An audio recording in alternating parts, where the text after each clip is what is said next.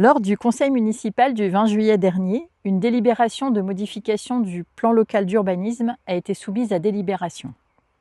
Cette modification consiste principalement à déplacer les terrains constructibles de la zone du chemin romain et de la rue de la Gare vers l'est du lotissement des Clolons. Autrement dit, les terrains actuellement constructibles auraient vocation à revenir en zone agricole à l'issue de la procédure de modification.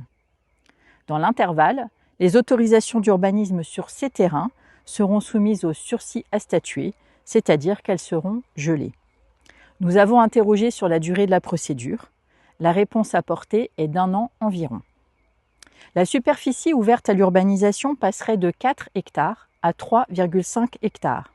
Monsieur le maire nous a alors indiqué que le nombre de logements à l'hectare passerait ainsi de 22 à 26 logements par hectare. Les motifs d'intérêt général évoqués par la majorité sont les suivants. La réduction du bruit liée à la présence de la zone d'activité et ainsi la pérennisation des activités artisanales et commerciales. Pour nous, ceci n'est pas un problème majeur, car des dispositifs étaient prévus pour gérer la frange avec la zone d'activité et la concertation avec la population n'a pas révélé de difficultés sur ce point.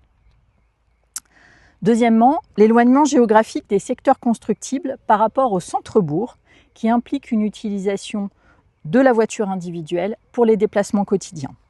Selon la majorité, cela contredit le projet de revitalisation du bourg historique et l'encouragement des mobilités douces. Le déplacement des terrains constructibles permettrait le rapprochement avec les écoles. Si la proximité géographique avec les écoles est une réalité, nous ne partageons pas cette argumentation car l'utilisation de la voiture individuelle reste vraie, quels que soient les secteurs d'habitation.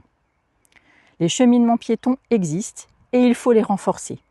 L'exemple du pédibus est une illustration qu'il est possible de venir à l'école à pied. Par ailleurs, la desserte par les transports en commun, puis à terme par d'autres projets éventuels comme le covoiturage, doivent être prises en compte car ils se situent principalement autour du Poirier. Il est évident que les cheminements piétons doivent être encouragés. La liaison cyclable vers Daouette par la route de la Ville-et-Cottard permettait d'aménager le cheminement piéton vers la rue de la Gaîté. La jonction avec la rue de la Gare, qui devait être réhabilitée, terminait ainsi l'aménagement de ce quartier. Restait alors le renforcement de la liaison Bourg-Poirier, qui était prévu dans le cadre de la labellisation Village d'avenir que nous avons obtenue lors du précédent mandat.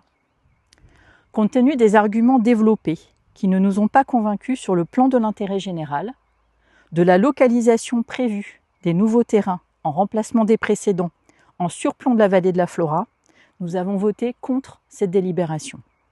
Mais nous affirmons notre volonté de préserver le centre-bourg historique et nous l'avons déjà démontré. Notre volonté d'offrir du logement sur la commune de manière raisonnée et correspondant aux besoins. Notre volonté de renforcer les cheminements doux, pour preuve, la labellisation Village d'avenir que nous avons obtenue.